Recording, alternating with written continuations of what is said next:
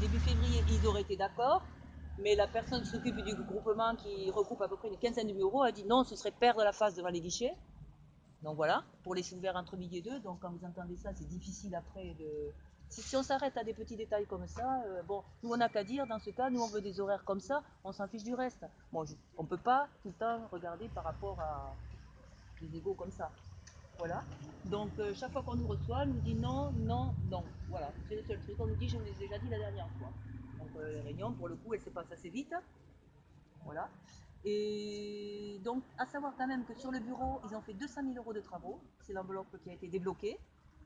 Pour autant, ça n'empêche pas de réduire les horaires et de fermer, étant donné que 200 000 euros de travaux, comme j'ai dit au directeur départemental, il me dit j'ai débloqué ça. Je dis d'accord, mais c'est pas de ta poche que ça sort hein, quand même. Hein. Donc c'est plus facile de débloquer quand c'est pas son argent. Hein.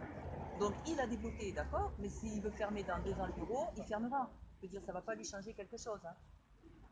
Donc le bureau avait été refait il y a 3 ans déjà. Alors chaque fois c'est l'argument on remodernise, donc on a repeint des murs quand même qui étaient archi propres, même les bon, ça crée des emplois à côté évidemment, hein, aussi. Bon, le peintre il a rigolé, il a dit vous avez de l'argent à la poste, on repère des murs qui sont peints. Bon, évidemment. Alors l'argument c'est on modernise, d'accord, mais on a refait quand même une chose qui était, nous on avait des priorités, bon, ne serait-ce bon, là ça n'a rien à voir, mais par exemple, les sanitaires ils ont 35 ans, par exemple, il y a des trucs de un peu partout, donc tout ça par contre c'est juste pour la salle. Donc ils ont modernisé effectivement en mettant des automates. Vous faites un retrait, il faut passer avec une carte. On nous dit c'est comme à la banque.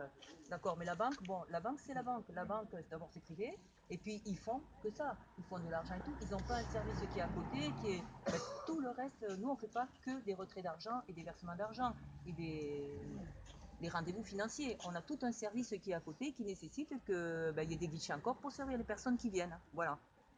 Donc ils veulent tendre à une poste comme ça, qui serait ouverte peut-être aux horaires de banque et qui ne serait plus du tout le service qui est à côté. Moi, je vois ça comme ça. Donc nous, on se bat en tout cas pour une accessibilité à tout le monde. Ça nous paraît important et voilà.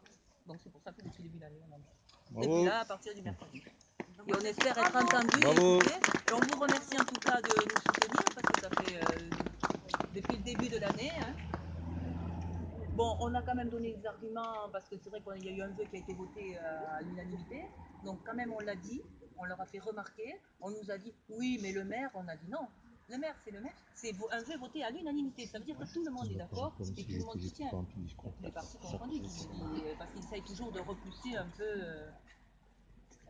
un peu de se dégager la responsabilité de ces décisions. Hein. Voilà, ça c'est l'argument toujours carré. Alors c'est quand même pas rien. Ils disent oui, oh, mais bon, c'est toujours la même chose voilà, qu'on entend. Donc on espère pouvoir. Alors on fait le tour des bureaux de poste. On est en grève, on ne est pas tous les jours devant le bureau en train de faire signer. On fait le tour de tous les autres bureaux pour leur expliquer. Parce qu'il y a des gens qui ne sont pas au courant. Parce que quand on n'est pas concerné, on ne voit pas forcément. Parce qu'on a 20 minutes de pause, quand on vient prendre sa pause, il y a des tracts, parce qu'une cadre qu'on a vu hier nous a dit oui c'est bon, il y a des prospectifs. Donc déjà des prospectifs, bon, c'est des tracts. Hein.